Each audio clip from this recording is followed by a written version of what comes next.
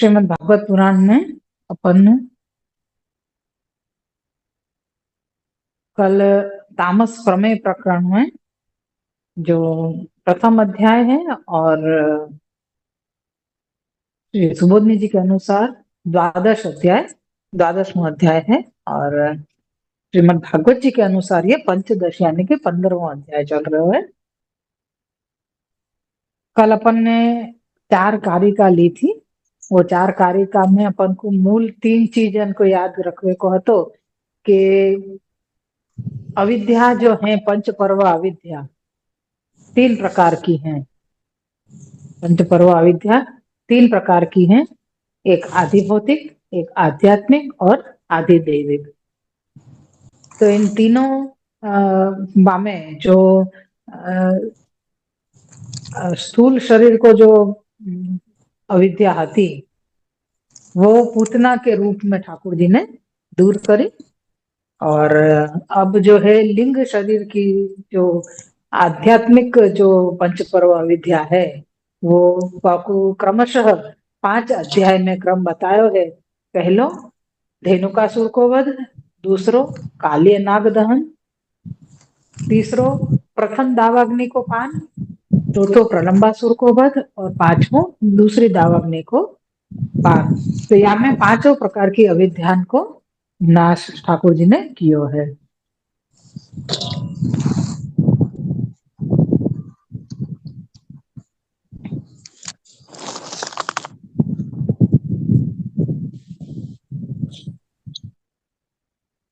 એવું લાગે તો મને એડમિટ કરી દો। એવું કર, કારણ કે આમાં વારે ઘડી એડ કરવા જવું પડે છે, મને સેટિંગ ખબર નથી પડતી। દિવ્યેશ ને હોસ્ટ બનાવી દો આપ। ओके, तो 5 पर्व अविद्या को 5 अध्याय में निरूपण बताया गया है। ये आध्यात्मिक अविद्यान को दूर करवे को हमें पूरा प्रकार बता रहे हैं। और फिर आगे की कारिका में ये बतायो कि जा प्रकार सु तामस प्रमाण प्रकरण में जो निरोध सिद्ध भयो वो श्री नंदराय जी और श्री यशोदा जी को निरोध सिद्ध कियो है। और वो निरोध सिद्ध करवे को क्रम मतलब अच्छी तरह से उन दोनों को हो गया, लेकिन अब गोप और उनकी स्त्रियां यानी कि ठाकुर जी के जो मित्र हैं वो गोप और उनकी स्त्रियन को निरोध यानी गोपी जनन को निरोध सिद्ध करने को यहाँ पे प्रकार बता रहे हैं। और वो क्रमशः स्नेह, आसक्ति, व्यसन और फल 4 प्रकार के जो स्नेह हैं वह प्रकार के 4 प्रकरण हैं। तामस प्रमाण प्रकरण, तामस प्रमेय प्रकरण, तामस साधन प्रकरण और तामस फल प्रकरण। ऐसे स्नेह की 4 अवस्थाएं हैं और वाही प्रकार से ये 4 प्रकरण हैं। तो अपन के प्रमाण प्रकरण श्री वल्लभ की कृपा से पूर्ण भयो है। अब ये प्रमेय प्रकरण अपना चालू भयो है, तो आज अपन हम शुरू करें। श्री कृष्णाय नमः, श्री गोपीजन वल्लभाय नमः, श्री वागपति चरण कमलेभ्यो नमः। श्रीमद् भागवत महापुराण श्रीमद् वल्लभाचार्य जी विरचित श्री सुबोधनी जी की टीका 10वां स्कंद पूर्वार्ध तामस प्रमेय अवांतर प्रकरण में प्रथम अध्याय है और श्री सुबोधनी जी के अनुसार 12वां द्वादशवां अध्याय और श्रीमद् भागवत जी के अनुसार अपन पंचदश यानी के 15वें अध्याय में आए हैं। यह की कारिका है 5वीं कारिका।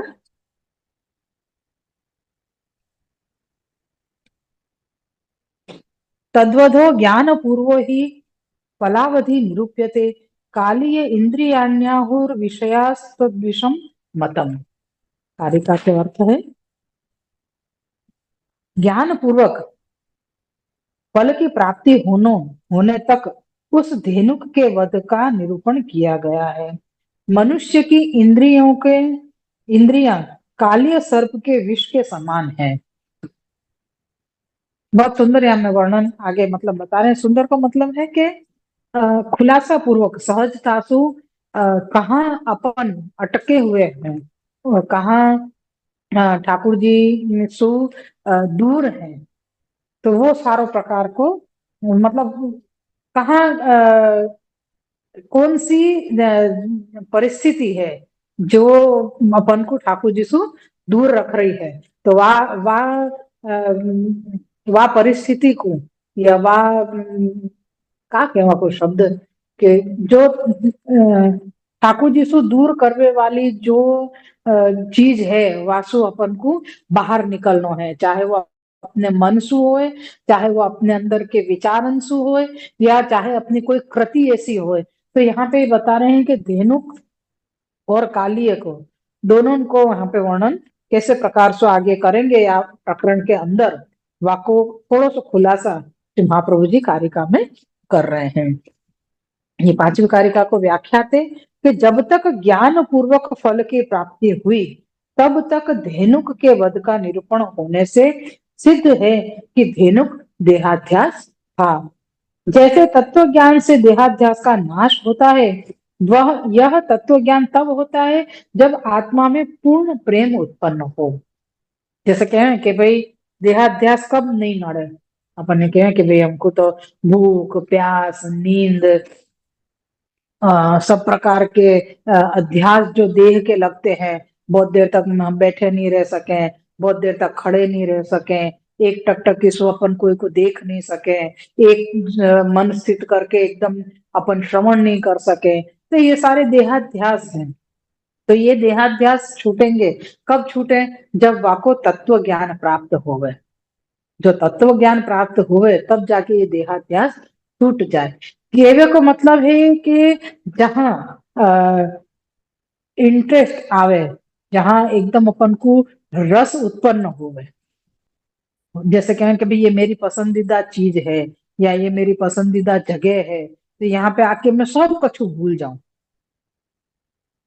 ये मेरी पसंदीदा व्यक्ति है जासु मैं मिल रहे हूँ या मिल रही हूँ, या मैं ऐसी जगह पे बैठी हूँ जाके कारण हम इतने आनंदित हैं कि हमको दुनिया कहीं से भी कैसे भी करके याद नहीं आ रही है। तो ऐसे प्रकार से अगर ठाकुर जी में अगर हमारा मन लग जाए तो हमारा वो देहाध्यास छूट जावे। लेकिन वो देहाध्यास नहीं छूटे हैं। क्यों नहीं छूटे हैं? क्योंकि हम या ठाकुर जी की चीज को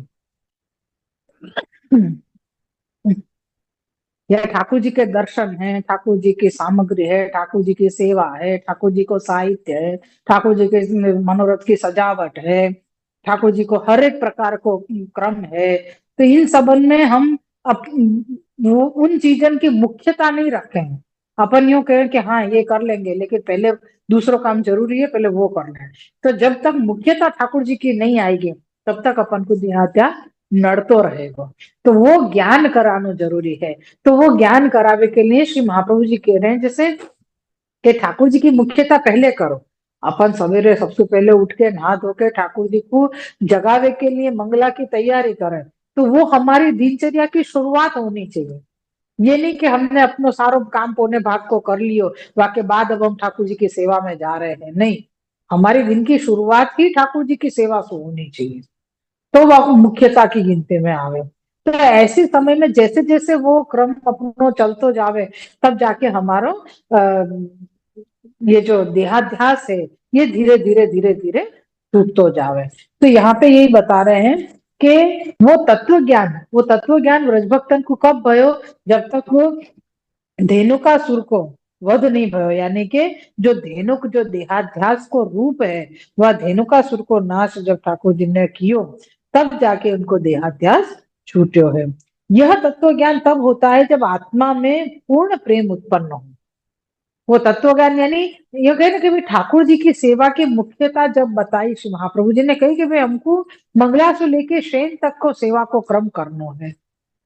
मंगला से लेके शयन तक को सेवा को क्रम करनो है। वाके अंदर अपन को इतनी अथाह सब क्रम दिए गए हैं कि वामे सु हमको बाहर निकलवे को, बाहर कछु विचार करवे को कोई स्कोप ही नहीं है, कोई जगह ही नहीं।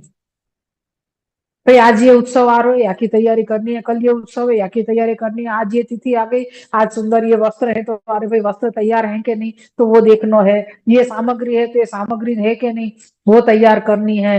तो वाकई लिए सतत एक के बाद एक, एक के बाद एक, एक के बाद एक क्रम चलते ही रहे। तो हमको यासु बाहर निकलने की या विचार करने की जगह ही नहीं है। तो वो हमारे मन में, देह में, आत्मा में वो एक प्रकार को बस गए कि भाई ठाकुर जी हमारे मन में बस गए हैं और ठाकुर जी हमारे हृदय में बस गए हैं। अब हमको यासु ज्यादा यासु अलग कछु हमको अब सूझे ही नहीं है, या के बाहर हमको कछु दिखाई नहीं देवे। तो ऐसो जो प्रकार आवे है, तब वह चीज में बता रहे हैं कि वो आत्मा में जब प्रेम उत्पन्न हुए तब हमारे देहाध्यास छूट जाए। वो कहे ना कि भाई हमको रोज सवेरे 4 बजे उठने की आदत होए, एक बार कहीं गए होए तो वहां पे अपन को नहीं उठनो है, यहाँ पे तो भाई अपन को सेवा को क्रम करना है घर में, तो अपन जल्दी उठ रहे हैं, सब तैयारी कर रहे हैं, आपस में नहा रहे हैं, सामग्री कर रहे हैं, ठाकुर जी जगा रहे हैं, शीत उष्ण के समय में वातावरण के अनुसार, ऋतु के अनुसार हम ठाकुर जी की सब चीज की, सामग्री की, वस्त्र की, साज की सब तैयारी कर रहे हैं।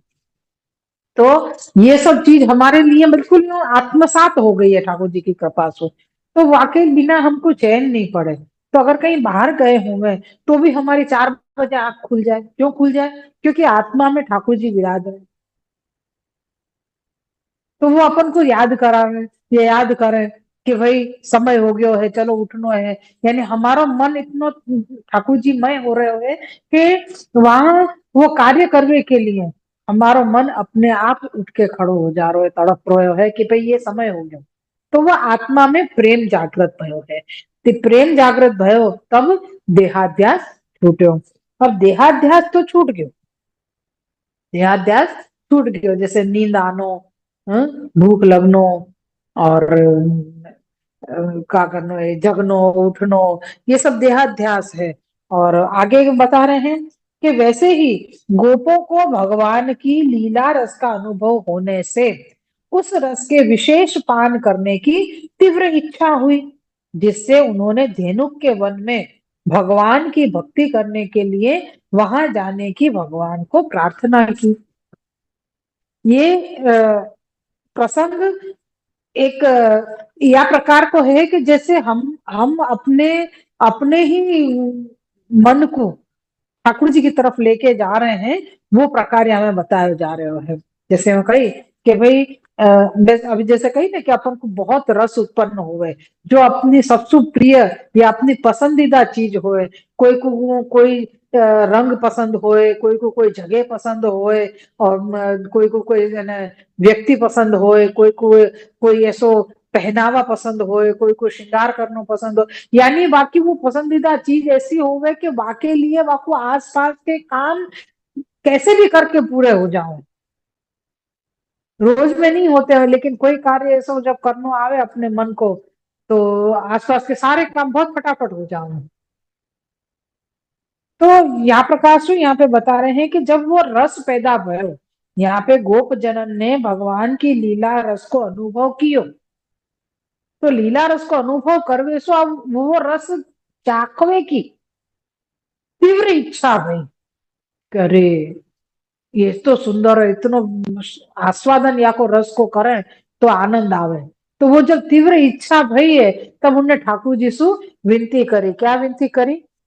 यहाँ पे क्या लिखी है? धेनुक के वन में भगवान की भक्ति करने के लिए वहां जाने की भगवान को प्रार्थना की। अब धेनुक को वन क्या है? अपनो देहाध्यास। अब ये देहाध्यास हमको आपकी भक्ति के बीच में अड़चन रूप बनेगो, नड़तन रूप बनेगो, प्रतिकूल बनेगो। तो श्री ठाकुर जी से वो विनती कर रहे हैं कि हमको धेनुक के वन में आपकी भक्ति करने की इच्छा है, तो आप कृपा करके पधारो। यहाँ पे कहा लिखी है कि जब उनको उस रस की विशेष पान करने की तीव्र इच्छा हुई, जिससे उन्होंने धेनुक के वन में भगवान की भक्ति करने के लिए वहां जाने की भगवान को प्रार्थना की, वहां जाकर विशेष रस का अनुभव किया, जिससे तत्व ज्ञान की तरह यहाँ भी गोपों का देहाध्यास नष्ट हो गया, अर्थात धेनुक का नाश हुआ। ये सर्व वृक्षादि पदार्थ लीला संबंधी हैं और लीला 10 रसों वाली है। इसका अनुभव और इस प्रकार का ज्ञान गोपों को हुआ, तदंतर धेनुक का यानी कि देहाध्यास का नाश हुआ। जब ठाकुर जी वह वन में पधारे तो वह वन के वृक्ष लता पता जो भी हैं वो सब कछु लीला संबंधी हैं यासु। और लीला कितने प्रकार की है? 10 रस वाली है। तो वो सब रस को अनुभव जब उन गोप जनन को भयो और उनको ज्ञान भयो या रस को, तब धेनुक को यानी कि देहाध्यास को नाश भयो। अब कह रहे हैं कि धेनुक यानी देहाध्यास के नाश से जो उत्तम फल प्राप्त होता है वह गोपों को भी प्राप्त हुआ। धेनुक को वध को प्रकार पूरो या में आगे आएगो कि क्या प्रकार से धेनुक को ठाकुर जी ने वध कियो है।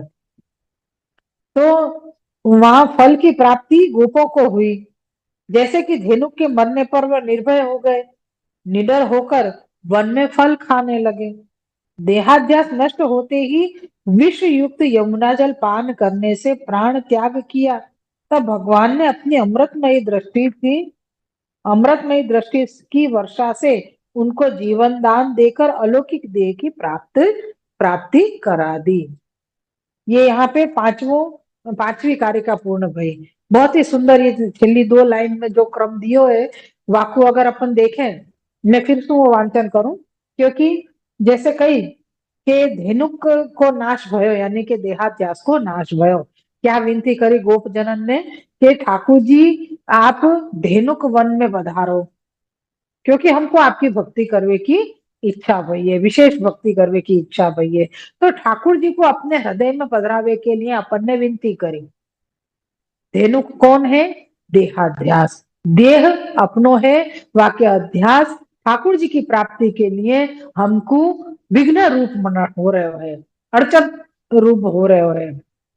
तो वाकु दूर करके और ठाकुर जी को विनती कर रहे हैं कि आप हमारे हृदय में पधारो, हम आपकी भक्ति करना चाह रहे हैं। तो जब ठाकुर जी ने उनकी विनती स्वीकार करके धेनुक वन में प्रवेश कियो तो वो सारे रस जो ठाकुर जी के तरफ से मिलने हैं वो सारे रस उनको प्राप्त भय।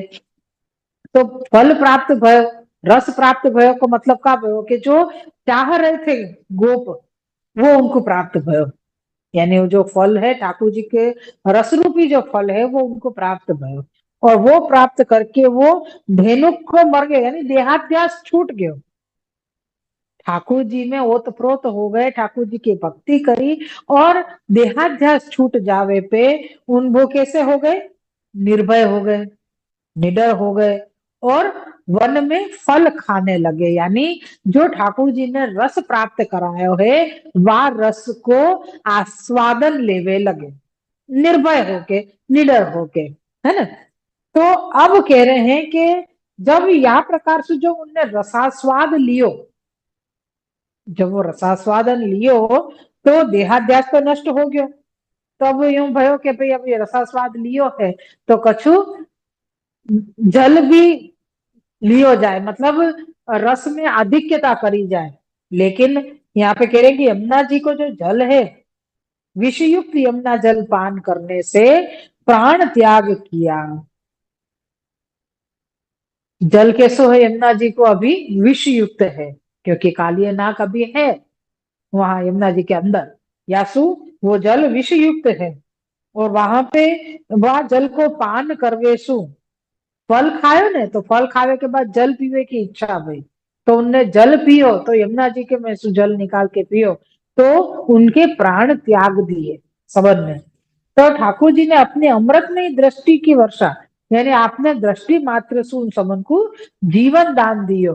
तो जो पहले जो देह हतो वो तो प्राण त्याग दिए, अब ठाकुर जी ने जो देह दियो है वो अलौकिक देह है। तो ये अलौकिक देह के कारण सारे ब्रज भक्त अब यह रस के अधिकारी जो बता रहे हैं वो हो गए हैं।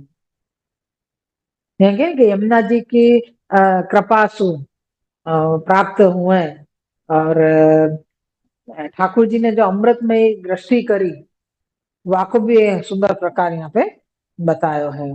कार्य का छठी बता रहे हैं। ततः सर्व विनाश स्यादित्यन्ते मरणाभिधा ततश्चेत् जीविताः सर्वे पुनर्देहांतर स्थिति।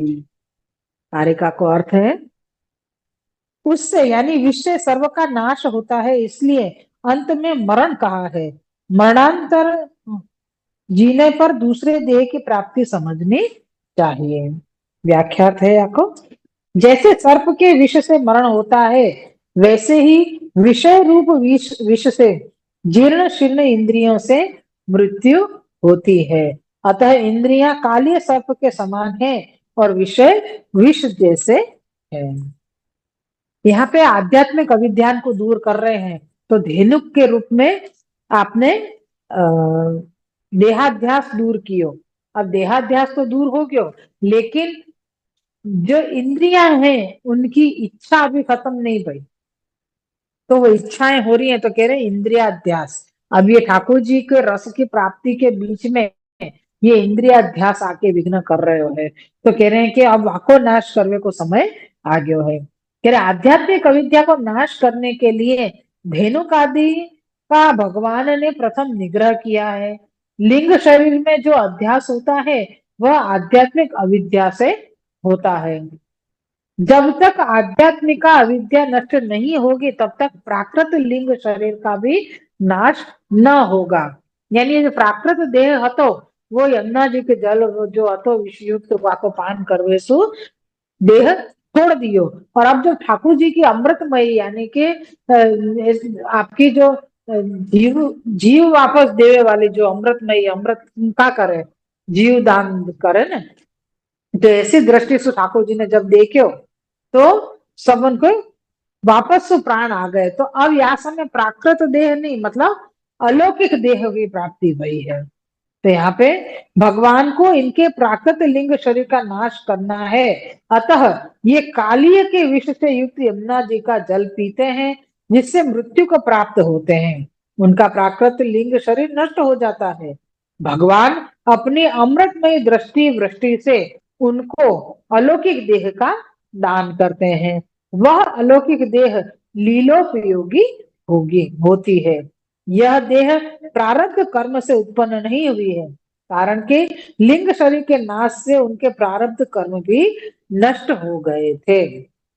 अब लीला के उपयोगी भक्तों का जीवन अलौकिक ही होता है। जैसे लीला में स्थित वृक्षादिक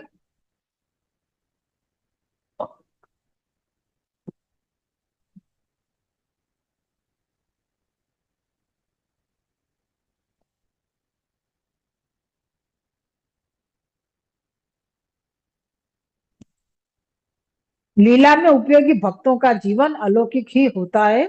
जैसे लीला में स्थित वृक्षादिकों का अलौकिक स्वरूप भगवान ने बलदेव जी को दिखाया, वैसे ही गोपों का स्वरूप भी अपनी कृति से दिखाने के लिए प्रथम उनके लौकिक भाव की स्थापना की थी। उनका देहाध्यास नाश कर उनको अलौकिक देह का दान किया।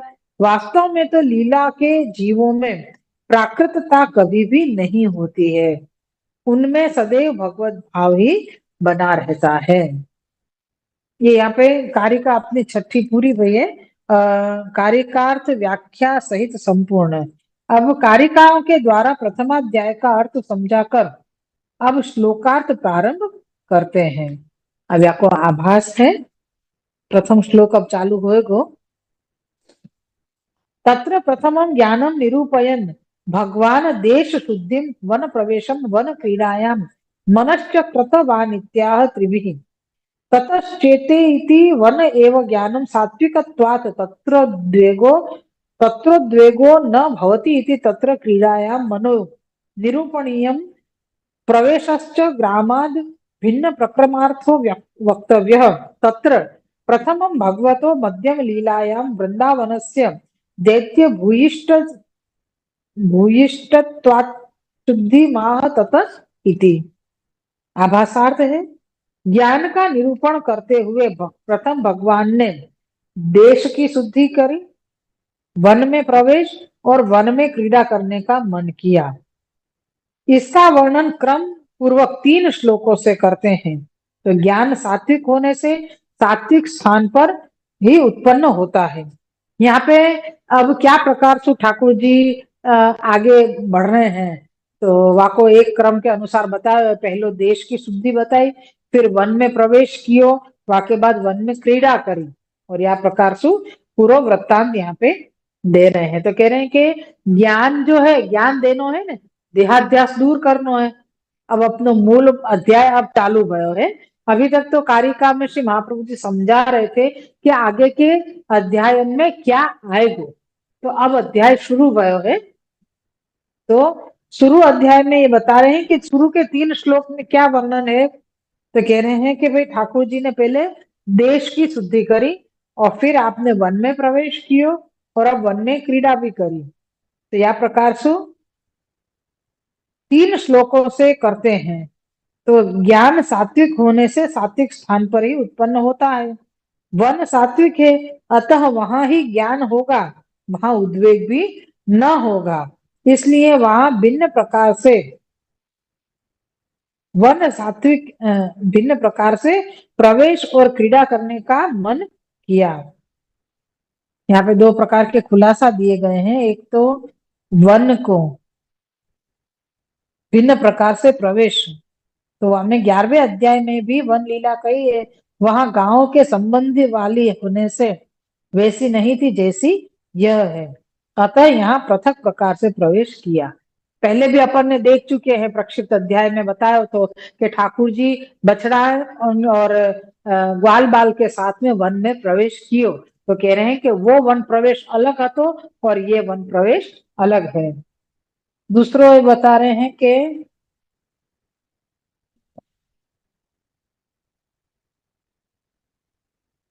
क्रीड़ा करने का मन किया। तो क्रीड़ा कौन सी क्रीड़ा करनी है? तो कह रहे हैं धेनुक का वध ज्ञान पूर्वक करना है, इसलिए ज्ञान का निरूपण आवश्यक है।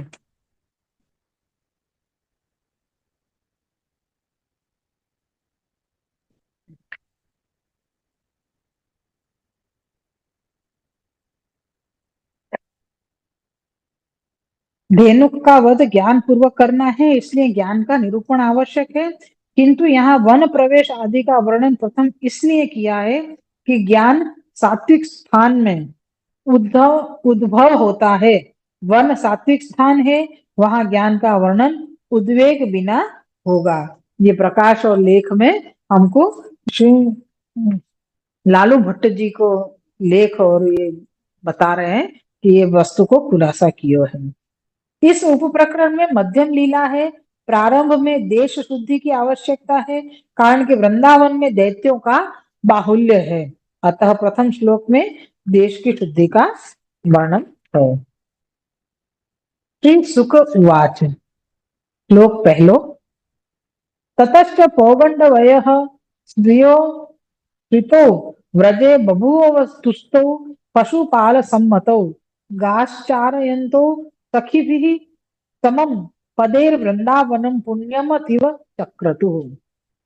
श्लोकार्थ है, श्री सुखदेव जी कहने लगे कि फिर पौगंड आयु को प्राप्त हुए वे दोनों भ्राता व्रज में पशुपालों के मान्य हुए, सखाओं के साथ गौओं को चराते हुए अपने चरणार बिंदु से वृंदावन को विशेष पवित्र करते थे। श्री सुबोधनी जी है, पौगंड वयः 6 वर्षम आरभ्य 9 वर्ष पर्यंतम पुरुषार्थ चतुष्टय साधक काल भी मानिन्यो देवता भगवंतम सेवितु मागता पौगंड शब्दे नोच्यन्ते। यहाँ से लेके अयमेवातिशयो ज्ञेय कामा भावेपि भगवत प्रापकम च। यहाँ तक कि श्री सुबोधनी जी हैं या व्याख्यात है कि 6ठे वर्ष पर्यंत की आयु पौगंड कही जाती है। पौगंड शब्द का भावार्थ यह है कि उस आयु में धर्म, अर्थ, काम और मोक्ष इन चतुर्विध पुरुषार्थों को सिद्ध करने वाली कालाभिमानी देवता इस काल में भगवान की सेवा करने के लिए आए हैं। प्रथम भगवान में दोषों का अभाव है, इसका निरूपण करना चाहिए। इसलिए प्रमाण उप प्रकरण में 5 वर्ष भगवान की आयु के काल का वर्णन पहले ही किया गया है। या में जो अपन ने प्रमाण प्रकरण में देखो, वहां तक ठाकुर जी की उम्र का बताई 5 वर्ष। अब वाके बाद ये प्रक्षिप्त अध्याय में पूरा 1 साल निकल गए और अब ठाकुर जी 6ठे वर्ष में प्रवेश कर चुके हैं। तो अब पौगंड अवस्था कही जाए है कि हमें धर्म अर्थ काम मोक्ष को आपको पुरुषार्थ करवे को है, और ऐसे में आपकी सेवा करवे के लिए इनके देवता ठाकुर जी की सेवा करवे के लिए यहाँ पे आए हैं। और कहने के ठाकुर जी में तो दोषन को अभाव है। तो इसके अनंतर दोनों भ्राताओं ने तारुण्य यानी जवानी के सदृश पौगंड वय धारण की और पशुपालों के मान्य हुए, अथवा पशुओं यानी गौओं के पालन करने के योग्य हो गए। यह गौचारण चरित्र साधारण चरित्र होने के कारण दोनों का चरित्र साथ में वर्णन किया है। सख्य पर्यंत आए हुए गोप बालक सखाओं के साथ गौओं को चराने लगे। ठाकुर जी के साथ गोप कौन से आए?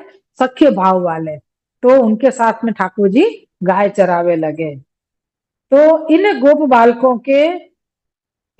बालकों से उनका गौ पालन धर्म कराने लगे। यदि वे उस धर्म का पालन न करें तो उनके चित्तों में विक्षेप पैदा हो जाए, जिससे वैकुंठ में ले जाने के लक्षण वाला आत्मसमर्पण उनका सिद्ध नहीं हो सकता।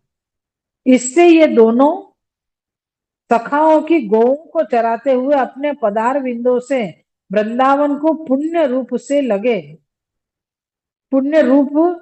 करने लगे। पहले यह वृंदावन भूमि सम होने थे केवल यज्ञ भूमि थी। अब पुण्य स्थान और रूप चरणारविंद के स्पर्श से पुण्य रूप भी हो गई।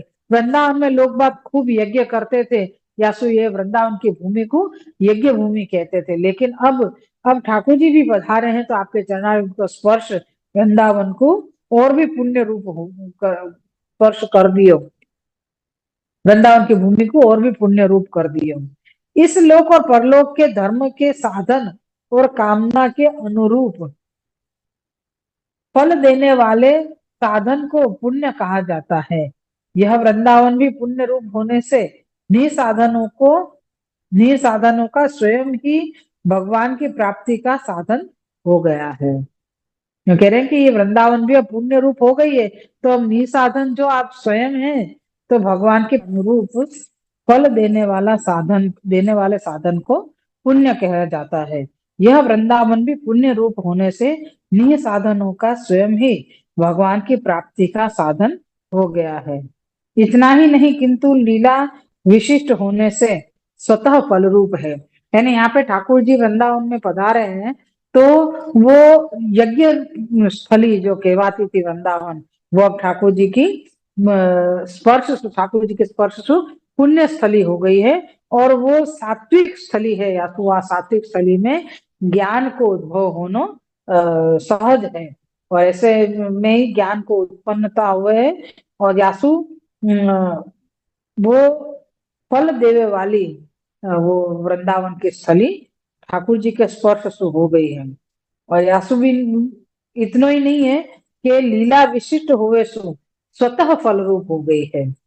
यदि वृंदावन में विशेषता समझनी चाहिए और जिसको इच्छा न हो तो भी उसको भगवान प्राप्ति कराता है, अतः यह वृंदावन पुण्यों से भी विशेष उत्तम है। वृंदावन की उत्तमता को वर्णन यहाँ पे किया गया है। तो ये अपनो पहलो श्लोक यहाँ पे पूरा भयो। दूसरो श्लोक है जो कहने या पहले श्लोक के अंदर अमुक शब्दन के ऊपर बहुत सारी टिप्पणी जी श्री गोसाई जी ने करी है। वो टिप्पणी जी बहुत बड़ी है, तो या को समझनो के लिए थोड़ी फुर्सत चाहिए अपन को। कि श्री विठलेश्वर और प्रभु चरण में टिप्पणी जी कायम में करी। सबसे पहले तो आपने करी है कि प्रथम भगवान में दोषों का अभाव, जो ठाकुर जी में दोष नहीं है, वाके ऊपर श्री गोसाई जी ने बहुत सारी टिप्पणी जी करी हैं, यानी कि खुलासा कियो है। तो यहाँ में बता रहे हैं कि श्री विठलेश प्रभु चरण टिप्पणी में इसका स्पष्ट विवेचन करते हुए कहते हैं कि प्रभु में दोष लेश भी नहीं है, क्योंकि जैसे प्राणियों के देह में देह, इंद्रिय, प्राण, अंतःकरण और जीव ये 5 पृथक पृथक होते हैं, यानी कि 5 वस्तु अलग अलग होती हैं, वैसे ही भगवान में भी प्रतीत होते हैं, जिससे पुरुष की तरह भगवान भी दोष वाले हैं। इन पांचों का अभाव सिद्ध हो जाए तो दोषाभाव हो।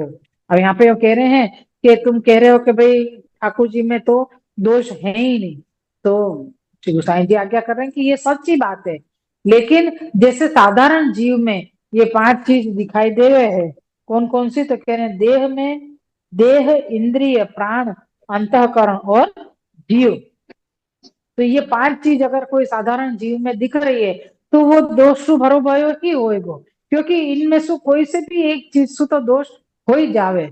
कभी देह सु होवे, कभी इंद्रियन सु होवे, कभी अंतःकरण सु हो जाए, कभी या क्या कहते हैं प्राण सु हो जावे, और कभी जीव सु हो जावे। ये पांच चीज अगर कोई के पास है तो वो दोष रूप है और है। तो कह रहे हैं कि ठाकुर जी भी तो ऐसे ही दिख रहे हैं, ठाकुर जी भी तो ये पांच चीजें से बने भय ही लग रहे हैं, देह, इंद्रिय, प्राण, अंतःकरण और जीव। तो फिर उनमें दोषाभाव कैसे नहीं, दोष को अभाव कैसे है? ये कह रहे हैं कि दोष तो हो ही हुए। तो या को खुलासा करते भाई इन पांचों का अभाव सिद्ध हो जाए तो दोषाभाव होए, अन्यथा दोष सिद्ध ही है। अगर इन पांचों को अभाव होएगा तो ही दोष को अभाव है, अन्यथा तो ये पांचों दोष सिद्ध हैं। तो इस शंका के उत्तर में कहते हैं कि भगवान में देह आदि पांचों का अभाव यानी प्रमाण इस प्रकरण में सिद्ध हो गया है कि भगवान में जैसे इन दोषों का अभाव सिद्ध है, वैसे ही भगवान के भक्तों में ये दोष नहीं है। यहाँ पे भगवान में तो नहीं है, पर भगवान के भक्तन में भी ये दोष नहीं है। तो यदि भक्तों में दोष होते तो भगवान उनको अपना सखा ना बनाते। यह वह सखापन लीला द्वारा वहां कहा गया है, और जैसा श्री कृष्ण का प्रागट्य उत्सव मनाया गया हो वैसा ही जीव का नहीं मनाया जाता है। इसके सिवाय पूतना का नाश और मुक्ति दान का कार्य जीव नहीं कर सकता है। और यहाँ पे बता रहे हैं ना कि तुम कह रहे हो कि भाई ठाकुर जी में अगर ये पांच देह देह इंद्रिय प्राण अंतःकरण और जीव ये पांच चीज नहीं है तो भगवान में दोष नहीं है, यानी दोष को अभाव है। लेकिन यहाँ तो ऐसा नहीं है।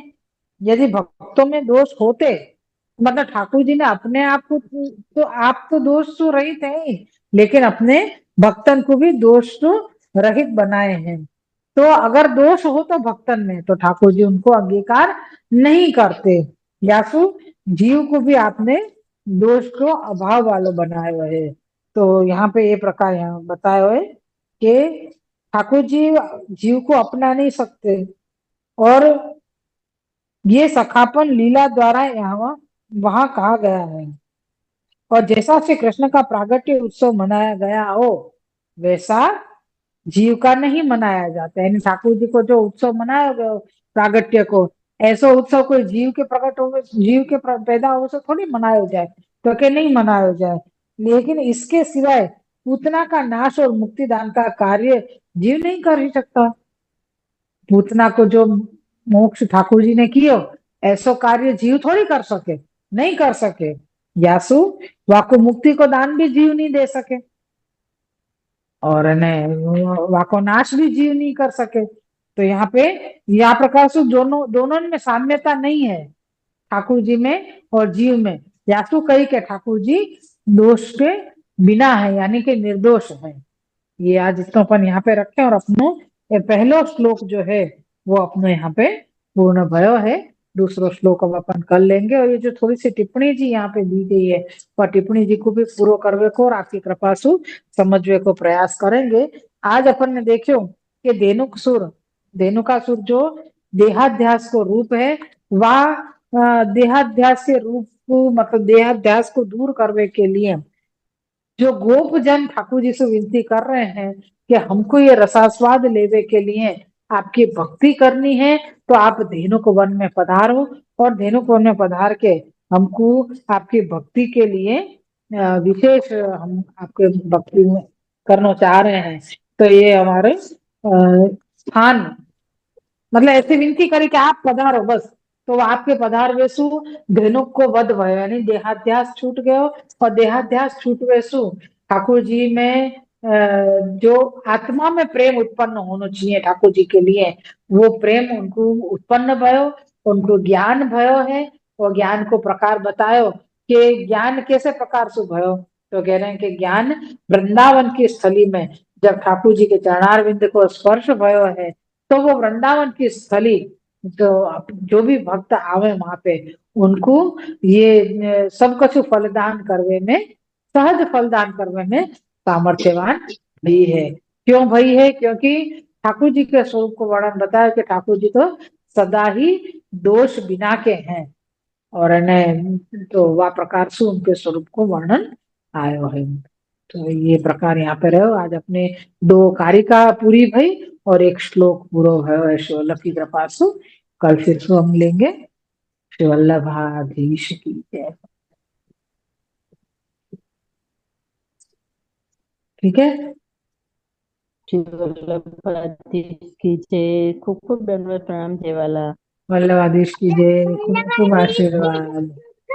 वल्लभाधीश की जय। वल्लभाधीश की जय। खूब खूब आशीर्वाद। केतन भाई, वल्लभाधीश की जय। दंडवत जय वाला। मानसी, पारुल भाई, वल्लभाधीश की जय। दंडवत प्रणाम खूब गोपालनाथ।